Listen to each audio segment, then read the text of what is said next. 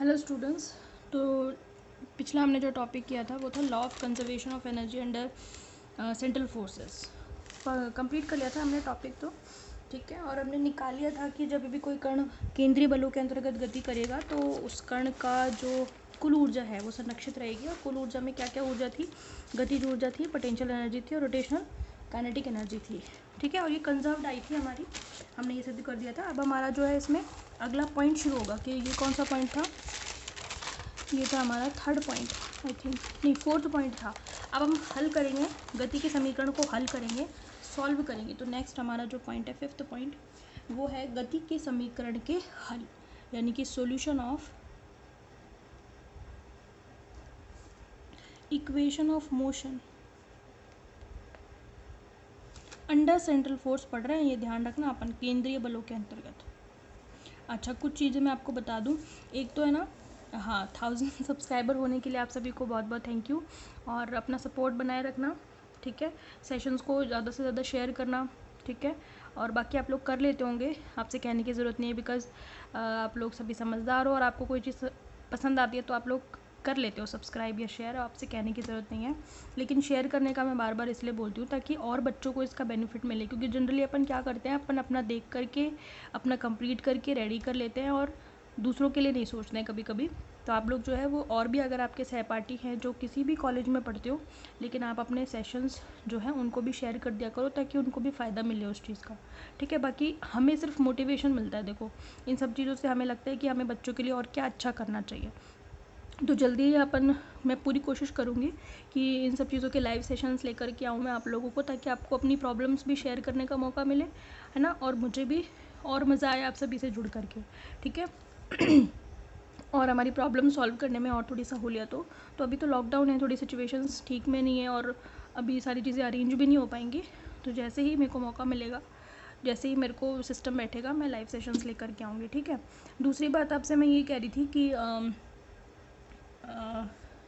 ये अपनी चल रही है थर्ड यूनिट, ठीक है। थर्ड यूनिट के को कंप्लीट करवा करके मैं ये सोच रही हूँ कि मैं आपको नेक्स्ट पेपर स्टार्ट करा दूँ, ताकि एक यूनिट के 3 पेपर हो, 3 आपके यूनिट हो जाएंगी, ठीक है। तो 60% सॉल्व करना है आपको पेपर का, तो वो उसके लिए सफिशिएंट मैटर है। हालांकि मैं ये नहीं कह रही हूँ कि मैं आपको फोर्थ यूनिट नहीं करवाऊंगी, लेकिन जैसे ही अपन को टाइम मिलेगा, क्योंकि ऐसा ना हो जाए कहीं कि एक पेपर के तो सब कुछ हो गया और दूसरा पेपर खाली रह गया। क्योंकि इसलिए अपन क्या कर रहे हैं कि हर पेपर में से इतना इतना सफिशिएंट मैटर कर लें कि अपन को पेपर करने में, सॉल्व करने में कोई दिक्कत ना आए, कहीं पे भी क्वेश्चन अटके ना हमारा, ठीक है। तो पहले अपन फोर्थ यूनिट को सिर्फ स्टैंड बाय पे रख रहे हैं कि अपन उसको जैसे ही टाइम मिलेगा तो अपन कंप्लीट कर लेंगे। तो अपन पहली जो आपका पेपर है उसकी ये तीसरी यूनिट मेरी जैसी कंप्लीट हो जाएगी, उसके बाद मैं आपको आपका नेक्स्ट पेपर स्टार्ट करा दूँगी। और जनरली बच्चों को सबसे ज़्यादा दिक्कत आती है ऑप्टिक्स में। तो मैं ये सोच रही हूँ कि जो नेक्स्ट पेपर आपका शुरू करा दूँ, पहले इसकी 2-1 यूनिट करा दूँ आपको ऑप्टिक्स की, फिर इलेक्ट्रोमैग्नेटिक्स स्टार्ट करेंगे। हालांकि मैं हर बार पहले इलेक्ट्रोमैग्नेटिक्स सॉल्व करवाती हूँ, लेकिन ऑप्टिक्स में बच्चों को सबसे ज़्यादा दिक्कत रहती है और सबसे कम समझ में आती है, ठीक है। तो इसके बाद मैं शुरू करवा लूँगी आपकी ऑप्टिक्स, इसकी 1-2 यूनिट करवा करके फिर अपन इलेक्ट्रोमैग्नेटिक्स ले लेंगे और उसका कुछ सफिशिएंट मैटर कर लेंगे, ठीक है। फिर अपना जब अपना सफिशिएंट मैटर हो जाएगा सभी का, फिर अपन एक एक करके जैसे जैसे टाइम बचेगा और चीज़ें कर लेंगे, ठीक है। तो ताकि अपने तीनों पेपर जो हैं अपने हाथ में कवर रहेंगे, तो जब भी एग्ज़ाम अनाउंस होंगे तो हम कम से कम चीज़ें कर पाएंगे। मेरी बात समझ रहे हो आप लोग, ठीक है। तो इस तरीके से अपन चीज़ों को बढ़ाएंगे आगे। और एक और चीज़ मैं आपसे कह रही थी कि पिछले कुछ टाइम से थोड़ा डिस्टर्बेंस हो रहा था, हफ्ते में सिर्फ एक ही वीडियो आ रही थी। मैं पूरा कोशिश करूँगी कि हफ्ते में 3 या 4 वीडियो आप लोगों के लिए लेकर आऊँ, लेकिन आपको वैसा रिस्पॉन्स दिखाना पड़ेगा, तभी देखो हम लोगों को भी मोटिवेशन मिलता है। मुझे फिर ये लगता है कि यार और अच्छा करना चाहिए, और ज़्यादा अच्छा करना चाहिए, और ज़्यादा से ज़्यादा सेशन लेके आने चाहिए, बच्चों को किसी भी तरीके से फ़ायदा मिलना चाहिए, ठीक है। तो ये मोटिवेशन मिलेगा आपकी वजह से ही, ठीक है। तो नेक्स्ट आपका जो है solution of equation of motion under central forces, इसको अपन लेकर के चल रहे हैं। अच्छा, पिछला जो हमारा था इक्वेशन वो अपना इसमें काम आएगा। जैसे पिछली मेरी इक्वेशन ये थी, जो एनर्जी कंजर्वेशन की इक्वेशन आई थी वो ये थी, इक्वेशन नंबर 7, इसको मैं वापस से लिख रही हूँ, ठीक है। तो हम लिखेंगे according to conservation of energy, conservation of energy. तो मैंने अपनी प्लानिंग बता दी है कि मैं इस तरीके से चलूँगी, तो आपको भी मेरे साथ साथ चलना है, ठीक है। According to conservation of energy, energy conservation की एनर्जी से हमें ये इक्वेशन मिली थी, इसको मैं लिख रही हूँ, क्या थी, half M D R by D T का whole square plus U plus J upon J square upon 2mr² is equal to constant, है ना। अब वो कॉन्स्टेंट मैंने मान लिया E, मतलब टोटल एनर्जी है, कॉन्स्टेंट ही है ये, पर उस कॉन्स्टेंट को मैंने E मान लिया। ठीक है, यहाँ से आप क्या करो कि आप ना यहाँ से ये dr/dt की वैल्यू निकालो। क्या निकालो? ये इसकी dr/dt। तो यहाँ से आपका dr/dt कितना निकल कर के आएगा? E minus you minus J square upon 2mr²।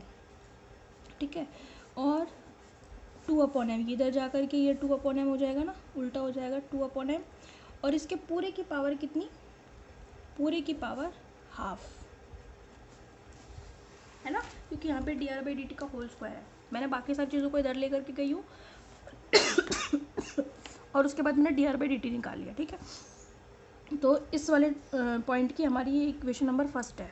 ठीक है, तो मैं कंटिन्यू इक्वेशन नहीं लेकर के चल रही हूँ, वो पजल हो जाती है काफ़ी।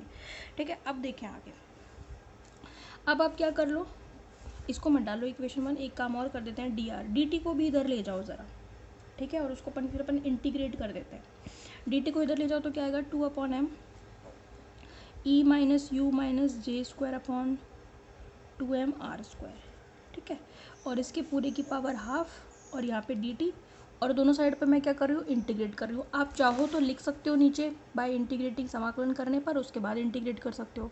ठीक है, और अदरवाइज चलो मैं लिख ही देती हूँ, बाय इंटीग्रेटिंग, समाकलन करने पर तो इक्वेशन बन जाएगी dr, और इधर भी इंटीग्रेशन आ जाएगा आपका 2/m। ठीक है, अब इस तरीके के एक्स्ट्रा स्टेप्स जो है वो एग्जाम में आप हटा सकते हो, जब आपको पता है कि इसके बाद क्या आएगा, टाइम बचाने के लिए, क्योंकि वो भी ज़रूरी है ना, पेपर लेंथी आता है। ठीक है, लिमिट कहाँ से कहाँ तक? एक मिनट,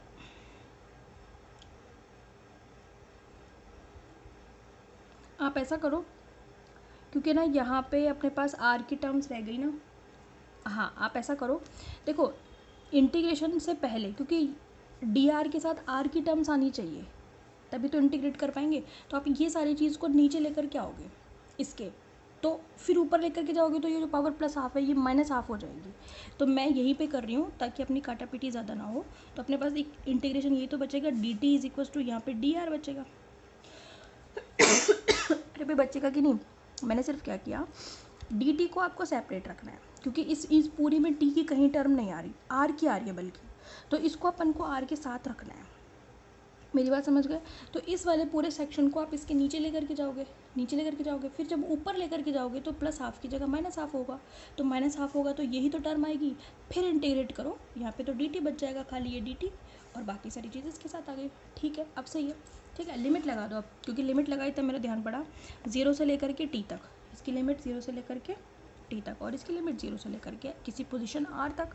0 है प्रारंभिक स्थिति, है ना, इनिशियल पोजीशन, जब समय 0 है और किसी स्थिति पर t है, और जब स्थिति 0 है ना, स्टार्टिंग में, प्रारंभ में, और जब कोई स्थिति r है। अब डाल दो इसको इक्वेशन नंबर 1। इस इक्वेशन से हमें पता क्या चलेगा? ये इक्वेशन अगर मैं इसको सॉल्व करती हूँ तो मुझे एक रिलेशन मिलेगा, किस में मिलेगा? r और t में मिलेगा, क्योंकि इंटीग्रेशन r और t में है, तो जो रिलेशन मिलेगा वो r और t में ही तो मिलेगा। तो अगर मैं इस इक्वेशन को सॉल्व करूँगी तो मुझे जो सोल्यूशन मिलेगा इक्वेशन का वो r और t की फॉर्म में मिलेगा। ये बात सही है? ठीक है ना।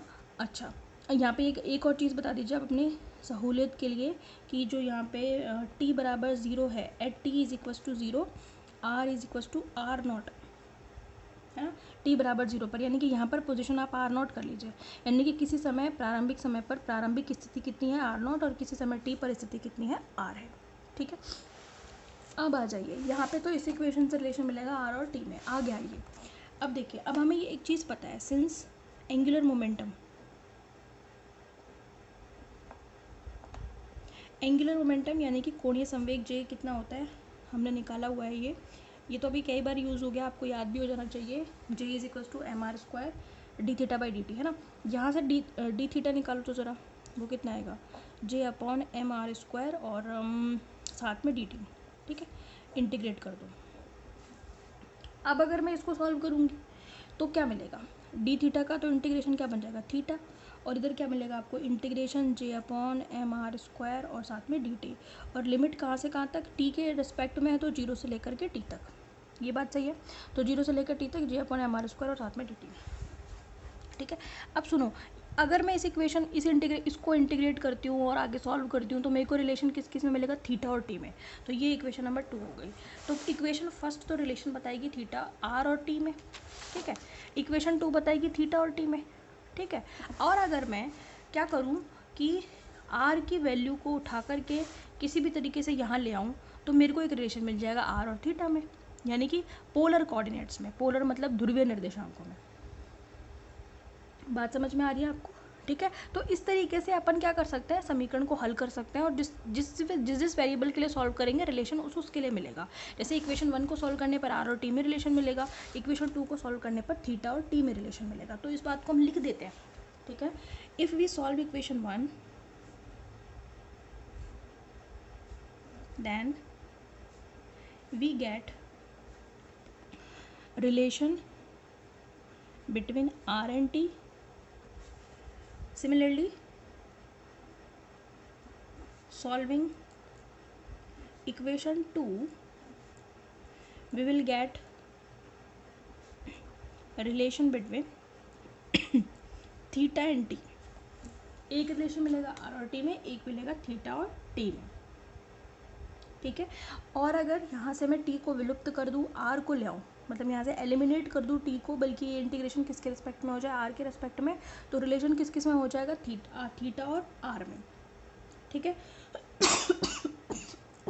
तो वही अपन करेंगे बेसिकली, हमें निकालना किस किस में, ध्रुवीय निर्देशांकों में और R और थीटा में। तो हम लिखेंगे now if we eliminate T in equation 2 then we get the relation in polar coordinates, यानी कि ध्रुवीय निर्देशांकों में, पोलर कोऑर्डिनेट्स आर और थीटा। पोलर का मतलब यहाँ पे किससे है, ध्रुवीय निर्देशांक,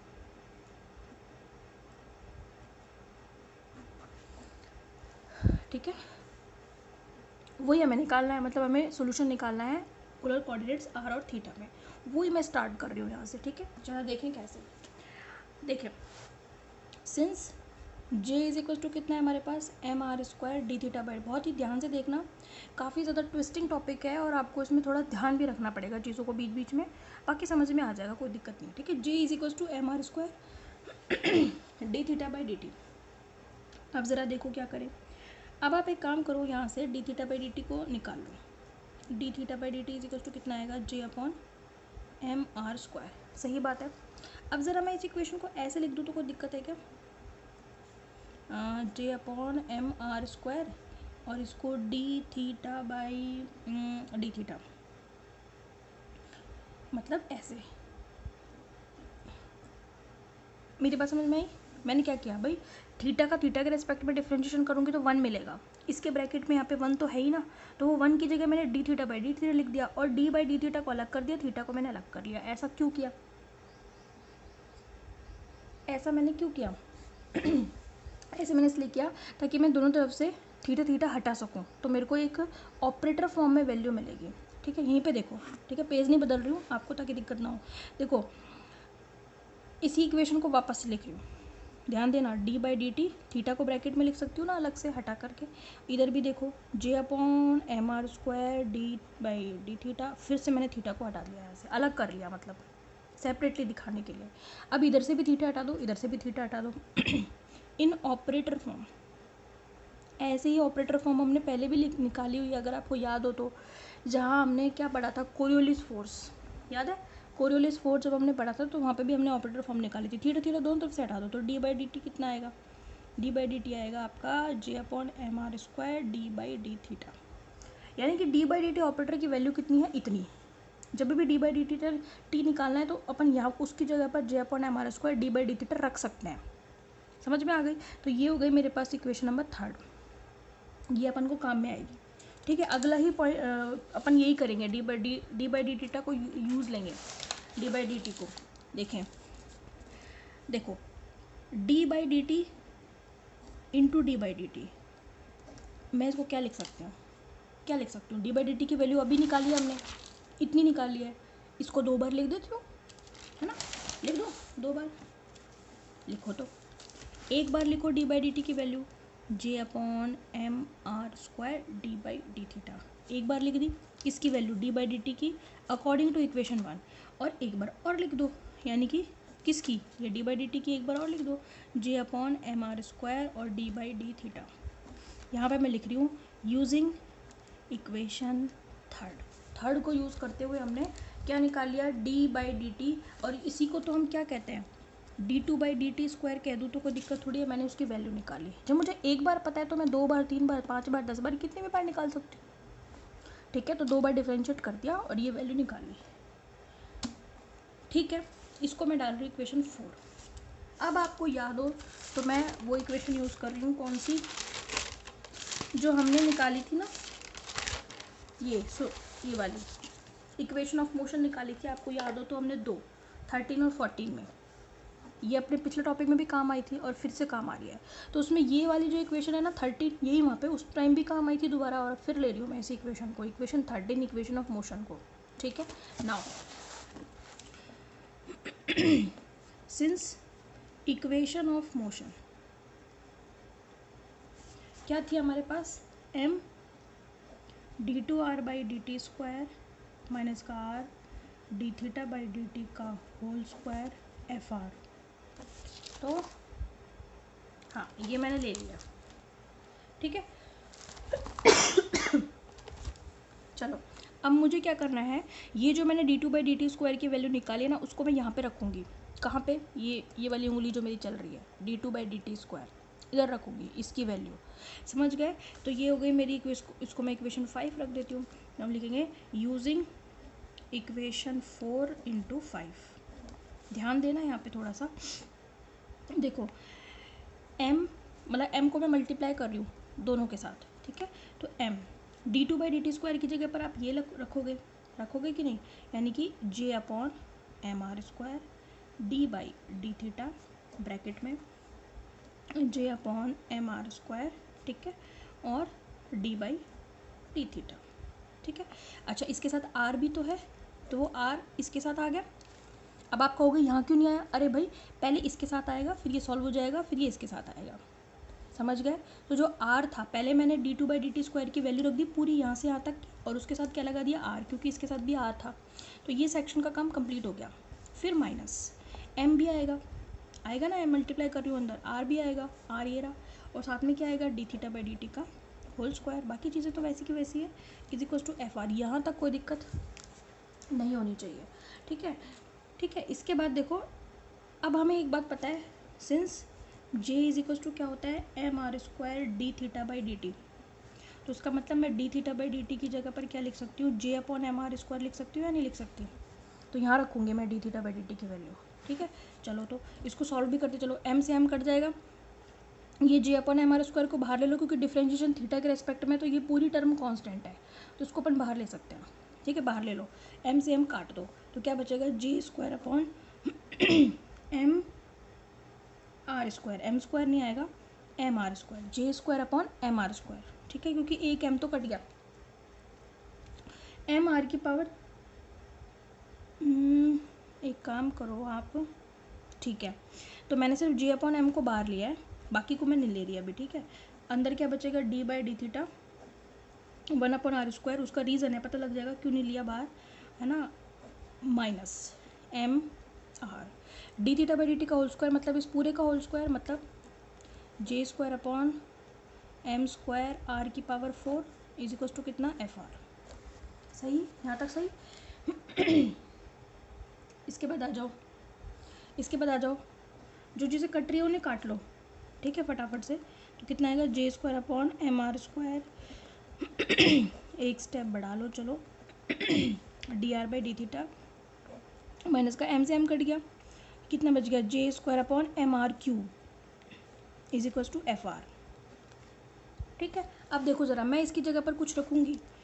क्या रखूँगी ज़रा देखो, डी बाई डी थीटा का इंटीग्रेशन क्या होगा, D by D theta 1 upon R का, अगर मैं 1 अपॉन आर का थीटा के रिस्पेक्ट में डिफ्रेंशिएशन करूँगी तो कितना होगा, 1 अपॉन आर का differentiation minus 1 upon R square, और आर का कितना होगा, D R by D theta, यही तो होगा।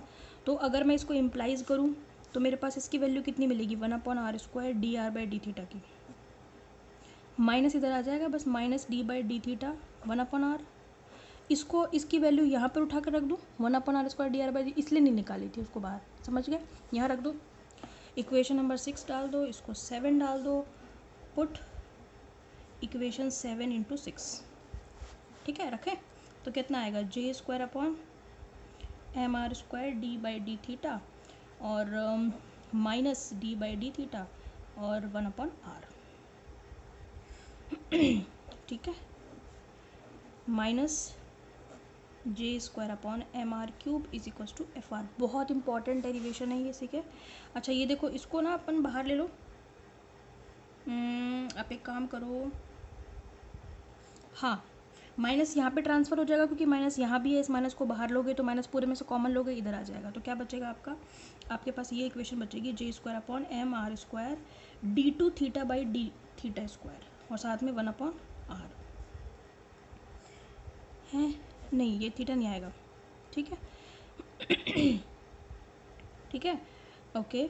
फिर आप एक काम और करो, एक स्टेप और कम कर देती हूँ आपका, देखो कैसे, ये इसमें भी J² और यहाँ पे भी ऐसा कुछ कुछ आ रहा है, तो पूरे में से कॉमन ले लो। कॉमन ले लिया मैंने, यहाँ से भी J² अंदर क्या बचा, प्लस 1/r बचा। अरे भाई बचा है नहीं बचा, यहाँ पे d2 theta by D theta square और 1/r है, ध्यान रखना, ये थीटा हटा दिया मैंने, इज इक्वल टू -FR, ठीक है। अब आप सुनो, put 1/r is equal to u, 1/r की जगह पर u रख दो, तो आपके पास क्या आएगा, J²U², ये कोई इसका भी तो स्क्वायर बनेगा ना, ऊपर जाएगा m। बहुत ही ज़्यादा इंपॉर्टेंट इक्वेशन है, पेपर में आएगी ये, plus u is equal to -f और इसकी जगह 1/u। ये रहा सॉल्यूशन आपका, जो हमने सेंट्रल फोर्स के अंडर में इक्वेशन निकाली थी, उसका सॉल्यूशन है ये, पूछा जाता है पेपर में। और अगर एमएससी लेवल की बात करूँ तो इस पर क्वेश्चन आता है, अप्लाइड क्वेश्चंस आते हैं इसके ऊपर, ठीक है। सेंट्रल फोर्स में जो ऑर्बिट यानी कि जो ग्रहों की गति होती है, वहाँ पे ये इक्वेशन बहुत ही इंपॉर्टेंट है, ग्रहों की गति, ठीक है। सेंट्रल फोर्स में ये इक्वेशन वेरी वेरी इंपॉर्टेंट है, ठीक है ना। तो ये आपके लिए आप पूरा देख लेना। डेरिवेशन तो सिंपल है, देखो फिजिक्स तो अभी बहुत ही कम लगी है, इसमें सिर्फ मैथमेटिक्स लगी है, चीज़ों को यहाँ से वहाँ उठाना है और वहाँ से वहाँ रखना है, बस इतना काम हमने किया है। लास्ट में हमने 1/r, जहाँ जहाँ 1/r था उसकी जगह 1/r² की जगह 1/u² रखेंगे, दैट्स इट। तो दिस इक्वेशन इज द, लिख देंगे this is the equation of path, या हम लिख सकते हैं solution of equation of motion, equation of path of particle that is moving under central forces, that is moving under central forces, यानी कि केंद्रीय बलों के अंतर्गत गति करने वाले कण के गति का पथ की इक्वेशन बताती है। ये समझ में आ गई। तो थोड़ा वीडियो चले लंबा हो गया, लेकिन आपका जो टॉपिक है वो कंप्लीट हो गया, ठीक है। तो मैं पूरा सपोर्ट कर रही हूँ, पर आप भी जो है अपनी पढ़ाई का ध्यान रखो, मेरे कहने का ये मतलब है, ठीक है ना। अपने आप को पूरी तरीके से तैयार रखो एग्ज़ाम के लिए। तो ये टॉपिक भी आपका कंप्लीट हो गया है, सॉल्यूशन पूरा, कि किस तरीके से अपन सॉल्यूशन निकालेंगे। पूरा 4 पेज का, मेरा 4 पेज का डेरिवेशन हुआ है ये, 1 2, है ना। आप इसी में से hand to hand copy pen लेकर के बैठा करो, या पहले समझ लिया करो, फिर दोबारा देख करके लिख लिया करो पूरा, ठीक है। और फिर नेक्स्ट वीडियो में मिलते हैं नए टॉपिक के साथ। Thank you so much.